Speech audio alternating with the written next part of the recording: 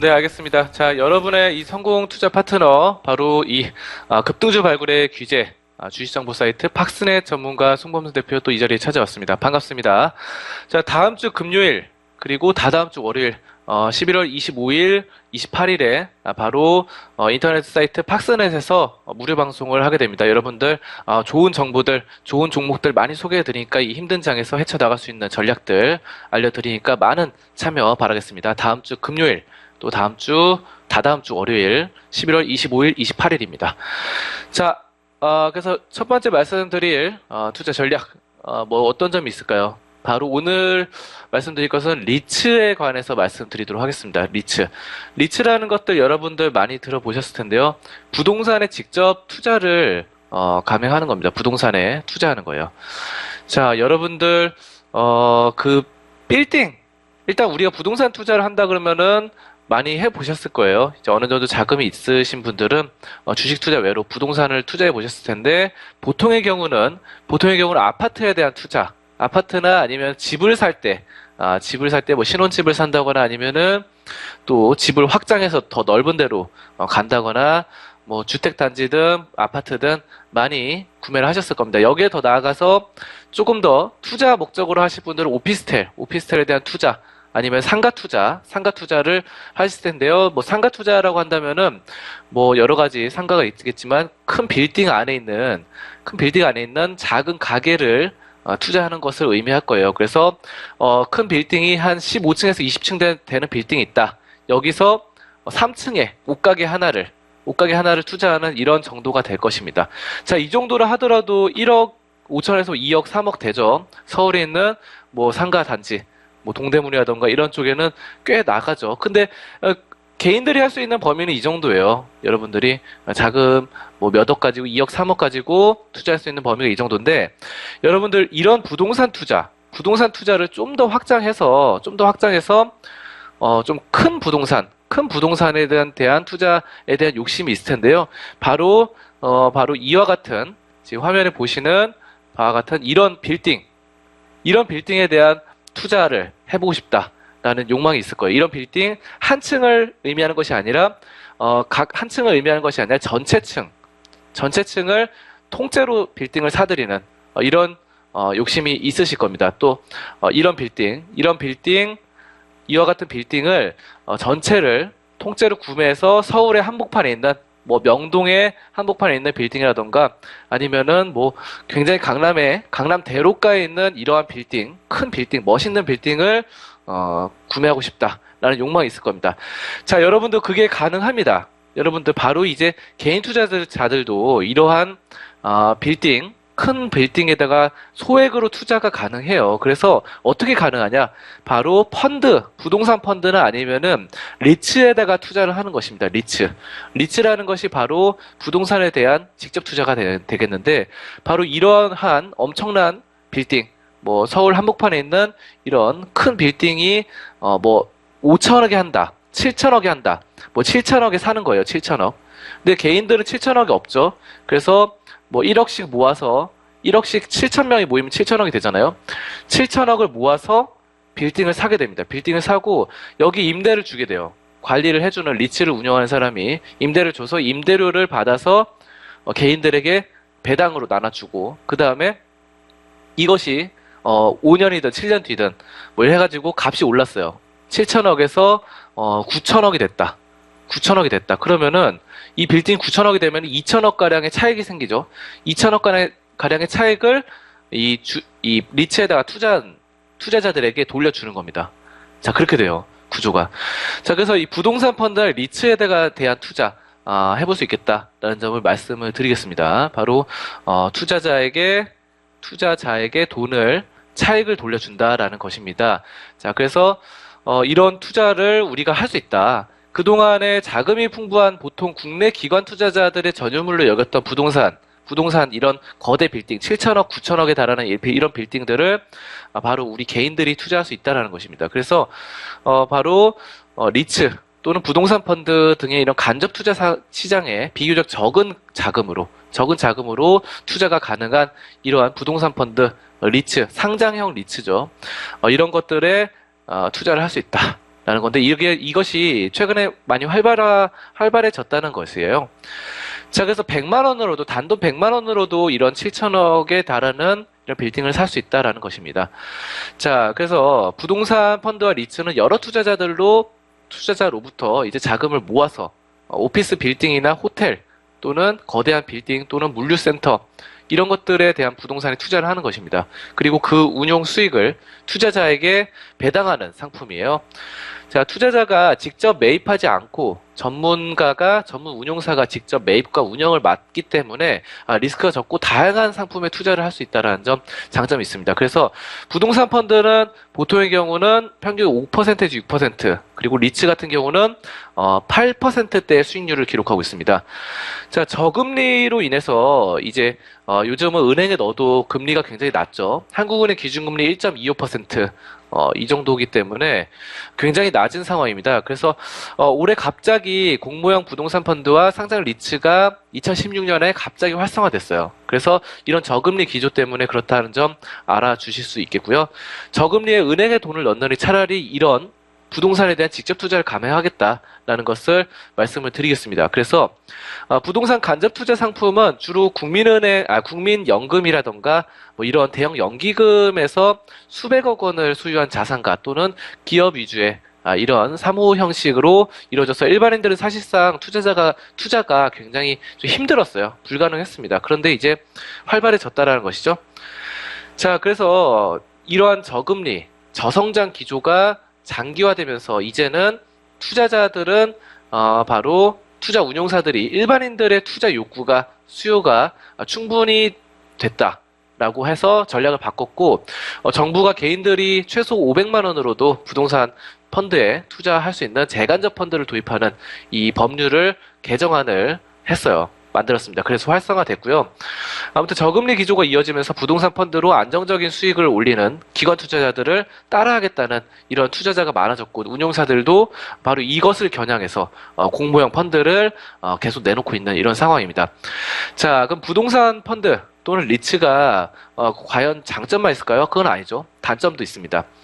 자, 바로 투자 상품인 만큼 리스크도 있는데, 부동산 펀드와 리츠가 이제 실물 부동산 경기와 연결돼 있죠. 그래서 부동산 경기가 활성화될 때는 돈을 많이 벌겠지만, 또 부동산 경기가 꺾여서 이제 수익률이 하락할 수도 있습니다. 그래서 펀드 만기가 도래해서 투자했던 부동산을 되팔 때 시장 침체로 매각에 실패하면은 원금 손실을 볼 수 있다라는 점, 그런 점들을 말씀드리고요. 부동산 간접 투자 상품은 보통 5년에서 7년 정도 만기가 있어요. 그래서 7년 동안 팔 수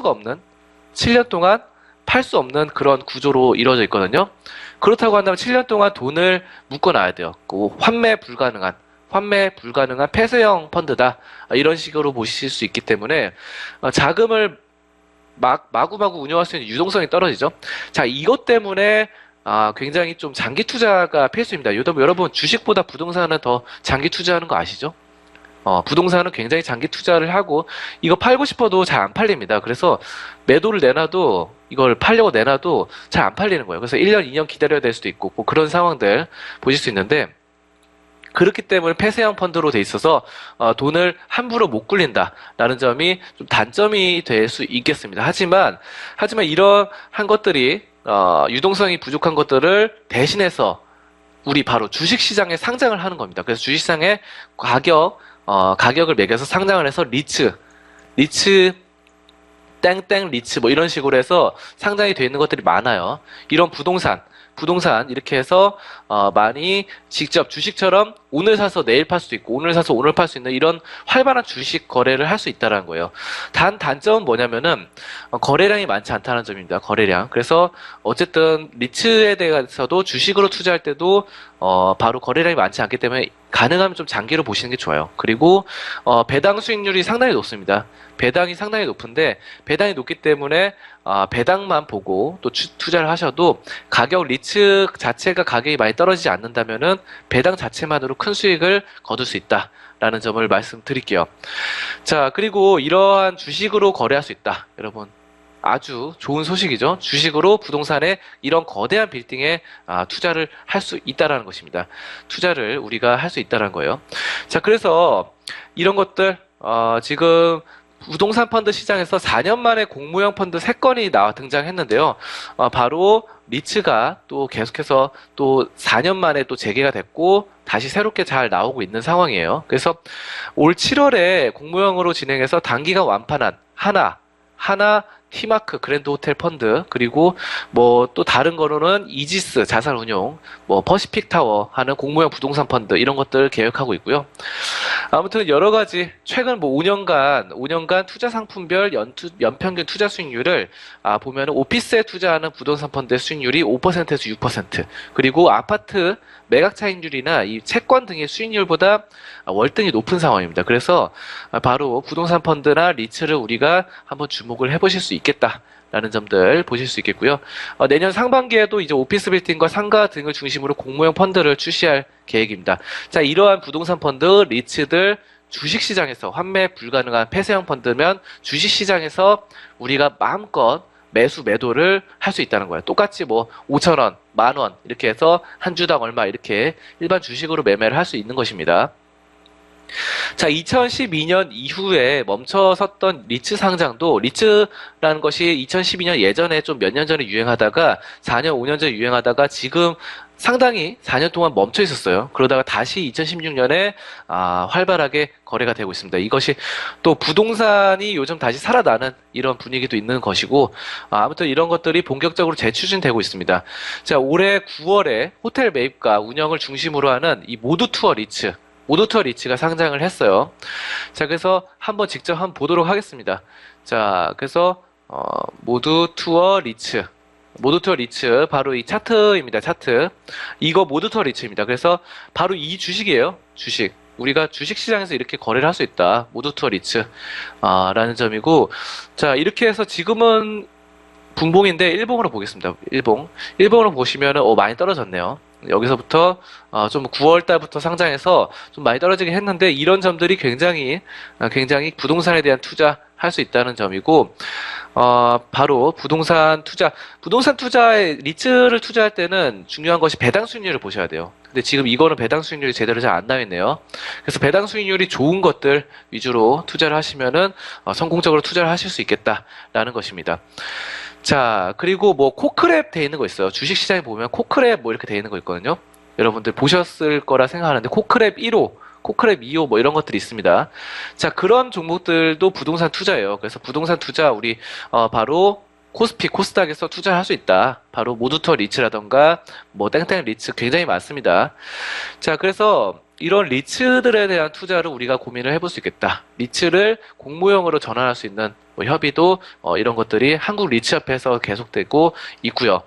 지금은 앞으로 일반인이 소액으로 투자가 가능한 이 공모형 상품이 리츠에서 더 많아질 것으로 예상되고 있는 상황입니다.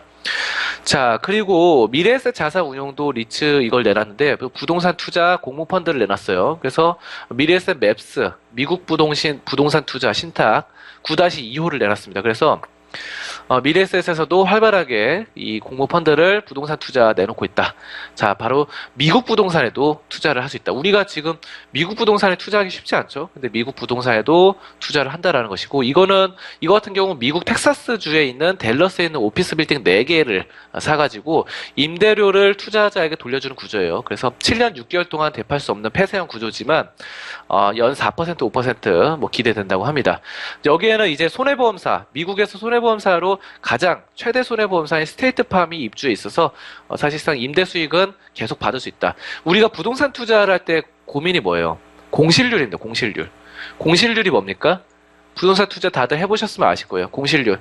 내가 부동산을 샀는데 이 빌딩을 샀어요. 아니면 오피스를 샀어요. 근데 내가 들어가서 살 게 아니잖아. 내가 들어가서 장사할 게 아니에요. 근데 빌딩이나 오피스텔을 샀는데 여기 들어올 세입자가 안 들어와요. 세입자가 난감하죠. 세입자가 빨리 들어와서 나한테 임대료를 갖다 바쳐야 되는데 세입자가 없어가지고 내가 건물을 놀리고 있습니다. 건물이 놀고 있어요. 아무것도 안 하고 일을 안 하고 있어요. 마치 건물이 내가 나의 하인인 것처럼, 아니면 나의 부하 직원인데 일을 안 하고 있으니까 답답할 노릇이죠.